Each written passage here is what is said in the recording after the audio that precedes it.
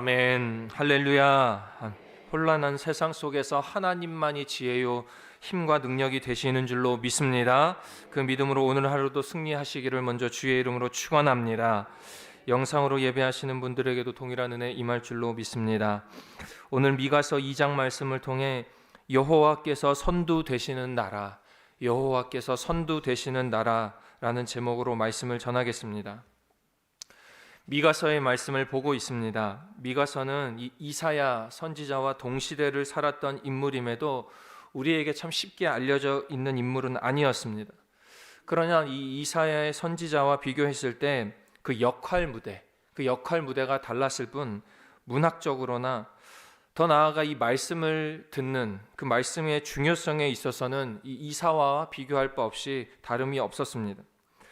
이 미가 선지자의 말씀, 어제 본문이 1장 1절에 보면 이 역사적으로 어떤 시기인지가 나와 있는데 남유다의 왕인 요담, 아하스, 히스기야, 이 세 명의 남유다 왕의 시기에 이 미가가 예언자 역할을 감당했는데 이 시기는 그냥 아주 혼란한 시기였다, 이렇게 보시면 됩니다.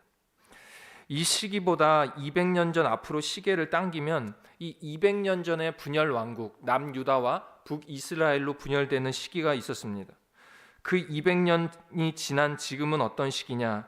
북이스라엘은 200년도 안 돼서 이 아수르란 나라에게 멸망당하게 됩니다. 그 이유는 하나, 우상 숭배였습니다. 북이스라엘 말고 그 반대편의 남유다 역시도 이 미가에 등장하는 요담, 아하스, 히스기야 왕 중에 두 명의 왕, 요담, 아하스에 이어지는 이 왕들의 두 명이 우상의 홍수 속에서 살고 있었던 왕입니다. 두 번째 이 아하스의 왕은 얼마나 그 우상 숭배가 심했느냐? 자기의 아들까지도 이 우상에게 바쳐버리는 죄를 저지른 사람이 이 아하스 왕입니다. 정리하면 이 밖으로는 아수르라는 강대국이 자리를 차지하기 위해 이 근동 지방을 막 점령하기 위해 세력을 펼치다가 북이스라엘을 점령해 버렸고 남유다도 역시 위기를 가하고 있을 시기가 이 미가가 활동한 시기입니다. 외부적으로 시끄럽고 불안하면 믿는 자들은 뭐 해야 됩니까? 하나님 앞에 기도하고 무릎 꿇고 그 뜻을 구해야 되는 시기 아닙니까? 자, 남유다 남았는데 이 시기에 왕이 히스기야라는 왕으로 바뀝니다. 이 히스기야는 이 미가와 동시대에 활동한 이사야 선지서에 아주 자세하게 기록이 되어 있는데 나름대로 하나님에 대한 믿음을 지키려고 애쓴 왕입니다. 우상 숭배했던 그 아버지의 산당 없애버렸고 아수르가 공격해 오니까 이 이사야 선지자에게 가서 기도 부탁하면서 어떻게 해야 됩니까? 물은 왕이 이 히스기야 왕입니다. 병들어 죽게 되었을 때도 기도하니까 15년을 더 삽니다. 말년에는 교만함을 보이기도 하지만 그래도 남유다의 왕 중에서는 하나님을 경외했던 왕 중에 하나가 이 히스기야 왕입니다. 그 덕분에 이 남유다가 하나님의 멸망의 심판을 조금 더 뒤로 연기하게 됩니다. 이러한 시기에 중앙정부에서 이사야가 활동했다면 저 모레셋 지방에서 사회적으로 세상적으로 시민들에게는 이 모레셋의 작은 지방 출신 하층 계급 출신의 이 미가 선지자가 활동했다는 것입니다. 아니, 하나님께서 이 미가 선지자를 사용하셨다는 것입니다.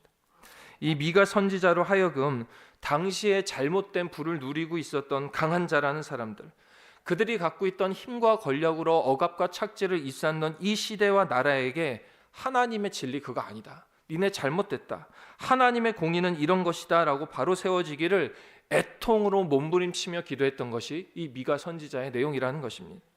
사랑하시는 여러분, 우리나라 상황과 많이 비슷하지 않습니까? 외부 전쟁 중입니다.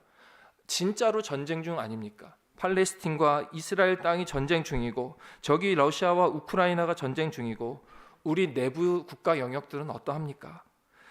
이때에 이 예언서의 말씀을 통해 우리 믿는 자들이 먼저 하나님의 나라가 이 땅 가운데 펼쳐질 수 있도록 우리 믿는 자들이 먼저 기도하며 하나님의 진리를 바라봐야 되는 줄로 믿습니다. 하나님의 공의로우심 보고 다시금 우리의 믿음을 점검하시고 확정하시며 하나님이 선두 되시는 나라 위에 기도하시는 여러분과 제가 되기를 먼저 주의 이름으로 축원을 드립니다.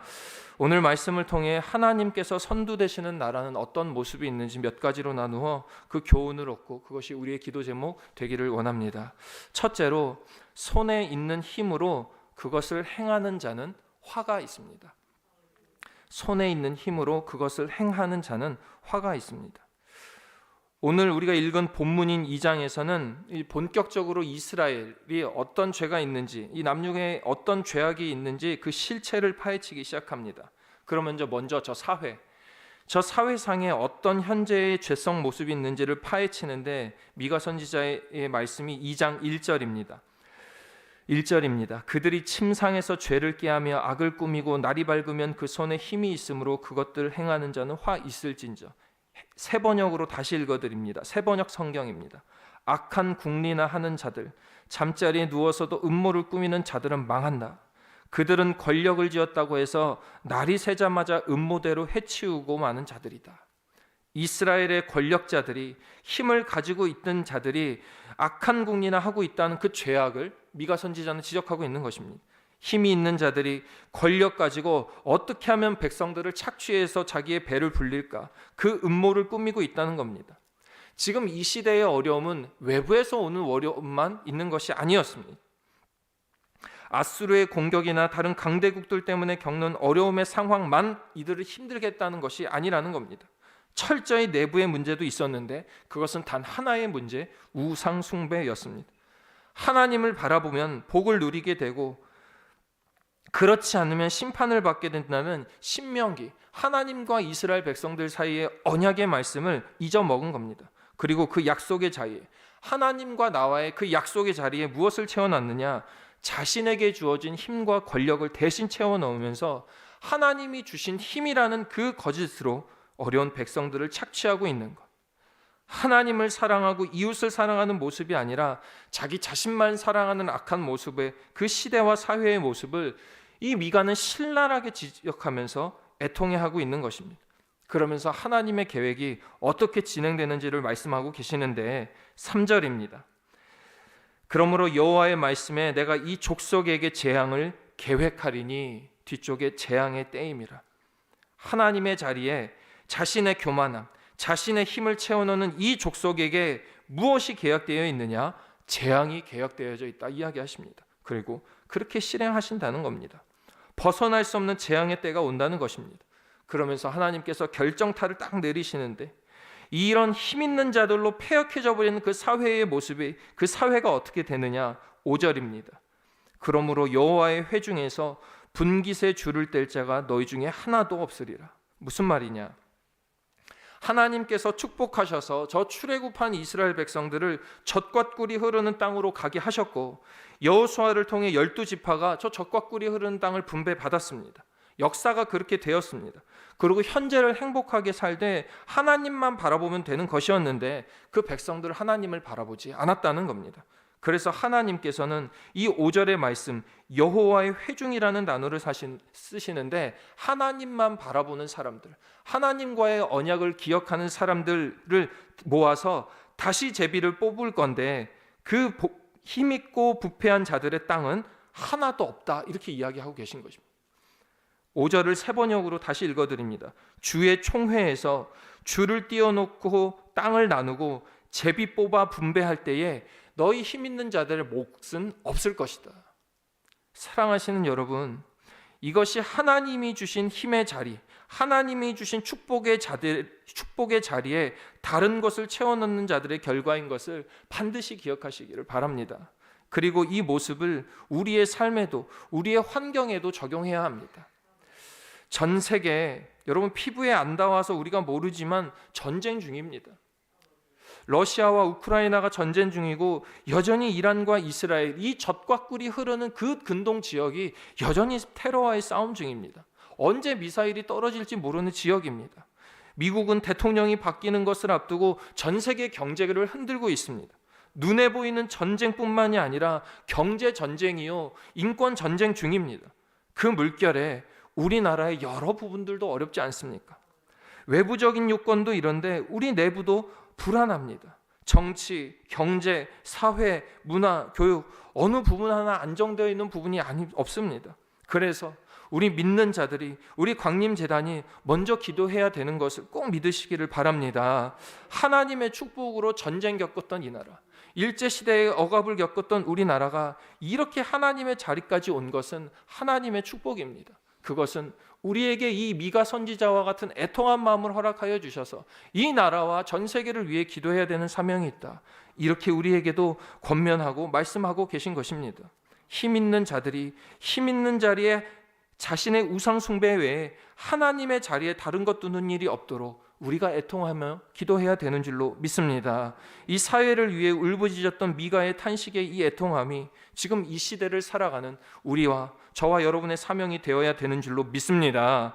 둘째로, 허망한 예언이 하나님의 영광을 빼앗아 갑니다. 허망한 예언이 하나님의 영광을 빼앗아 갑니다. 미가는 이 사회 지도층의 부조리한 탄식하며 비판한 후에 이번에는 그 시선을 6절부터 거짓 선지자, 당시의 종교 지도자들에게 돌립니다. 사회 지도자들에 대한 탄식을 얘기한 후에 종교 지도자들에게 그 시선을 베풀면서 백성들에게 너희들 잘못된 하나님의 진리를 선포하고 있다, 거짓 선지자들이 하나님의 진리 잘못된 거 선포하고 있다라는 내용을 6절부터 11절까지 이야기하고 있습니다. 우리 눈으로 성경을 한번 따라오시기를 바랍니다. 6절입니다. 그들이 말하기를, 이 그들이 거짓 선지자들입니다. 거짓 선지자들이 뭐라고 이야기하냐? 너희는 예언하지 말라, 이것은 예언할 것이 아니거늘 욕하는 말을 그치지 아니한다 하는도다. 이렇게 이되면 이해가 안 되시는데 어떤 영어 성경에는 이렇게 되어 있습니다. 제발 좀 그만 얘기해라, 바보 같은 그런 말 좀 그만해라, 그런 말 좀 하지 말아라, 이렇게 번역되어 있습니다. 무슨 말이냐? 거짓 선지자들이 참으로 선지하는, 참으로 하나님의 말씀을 전하는 사람들 보고 너희들 그 말 좀 그만해라, 하나님 축복 주신 거 지금 잘 누리고 있는데 왜 자꾸 불편하게 하느냐, 이렇게 얘기하고 있더라는 것입니다. 당시 거짓 선지자들이 하는 말에 비해 참 선지자들이 하는 말이 거북하고 불편하게 들렸기 때문에 그렇습니다. 살기 좋은 데에 우리 축복 잘 누리고 있는데 왜 자꾸 하나님 심판이 있다 그래? 이러한 거짓 선지자들의 모습에 대해 미가는 하반절, 7절 하반절에 이렇게 이야기합니다. 나의 말이 정직하게 행하는 자에게 유익하지 아니하냐? 무슨 말이냐? 정직하게 행하는 자에게 내 말이 틀렸어? 반문하면서 8절입니다. 그 백성이 어떻게 했느냐면 전쟁을 피하여 평안히 지나가는 자들의 의복을 벗겼으며 힘 있는 사람들 때문에 전쟁 끝나고 편안하게 살아가는 그 사람들의 옷을 빼앗다는 불의를 이야기하고 9절입니다. 내 백성의 부녀들을 그들의 즐거운 집에서 쫓아내고 어린 자녀들에게서 영광을 영원히 빼앗았다. 가장 안전하게 보호받아야 할 부녀자와 아이들의 즐거움과 기쁨까지도, 하나님이 주신 축복까지도 빼앗기고 있는 현 상황들 보고도 모르겠느냐, 그렇게 미가는 애통함으로 선포하고 이야기하고 있는 것입니다.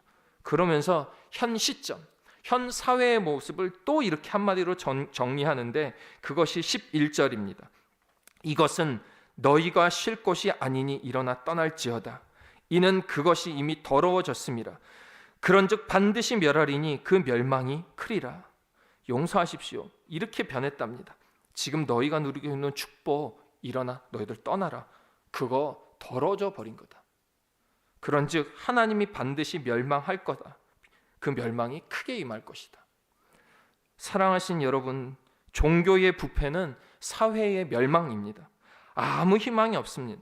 담임 목사님께서도 말씀 중에 말씀하셨지만 사회가 무너지는데 정치, 경제가 무너지기 시작하다가 마지막에 종교가 무너지면 그 사회가 아무 희망이 없다고 말씀하셨습니다. 이것이 담임 목사님 개인적인 의견이 아니라 이 성경의 말씀을 통해 우리에게 알려주고 있는 사실입니다. 하나님의 일하심의 모습이 그렇다는 것입니다. 그리고 그 모습이 현재 우리에게도 임할 수 있는 사실이 된다는 것을 우리가 반드시 기억하며 기도해야 되는 줄로 믿습니다. 하나님의 주권적 섭리하심을 믿어야 합니다. 그리고 그 심판의 말씀이 만약에 우리 가운데 거북하고 불편하다면 그때에 더욱더 하나님을 바라보며 기도해야 되는 것이 우리의 사명인 줄로 믿습니다. 끝으로 언약 안에 사는 백성을 반드시 보호하십니다. 언약 안에 사는 백성들을 반드시 보호하십니다. 하나님의 심판은 철저합니다. 그러나 하나님의 심판은 멸망으로 끝나지 않습니다. 하나님의 끝은 회복이자 구원입니다. 그래서 남은 자, 언약을 지키려는 백성들을 다시금 모으셔서 하나님 나라를 세워 가십니다. 그 약속을 오늘 본문에서도 이야기하는데 12절입니다. 야곱아, 내가 반드시 너희 무리를 다 모으며 내가 반드시 이스라엘의 남은 자를 모으고 그들을 한 처소에 두기를 보스라의 양떼같이 하며 초장의 양떼같이 하리니 사람들이 크게 떠들 것이다. 이 보스라는 예레미야 48장에 등장하는 저 모압 땅의 초원 목초지를, 가장 풍성한 푸른 풀이 있는 초원을 의미합니다. 그래서 보스라의 양떼, 이렇게 이야기하면 가장 풍족한 풀을 먹는 양떼를 의미합니다. 즉 하나님께서 그 남은 자들, 하나님과의 언약을 지키고 있는 남은 자들을 모아서 이 보스라의 양떼같이 젖과 꿀이 흐르는 그 축복을 마음껏 허락하시며, 크게 떠든다는 표현, 마음껏 웃고 떠든다는 축복을 허락하여 주신다는 겁니다. 언약 백성의 남은 자들에게 이와 같은 축복을 하시겠다고 보여주시면서 하나님이 주신 평안 마음껏 누리게 하겠다, 하나님이 주시는 축복 마음껏 경험케 하시겠다라는 이 축복이야말로 하나님이 남은 자, 하나님의 약속을 믿는 자에게 주시는 영원한 기쁨이 되는 줄로 믿습니다. 세상의 손의 힘이 아니라, 세상의 복만 바라보며 하나님의 영광을 놓치는 그런 삶이 아니라, 하나님의 약속을 그 말씀 위에 굳게 믿음으로 나아가 세상에 나아가서도 승리하시는 오늘 하루 되시기를 주의 이름으로 축원합니다.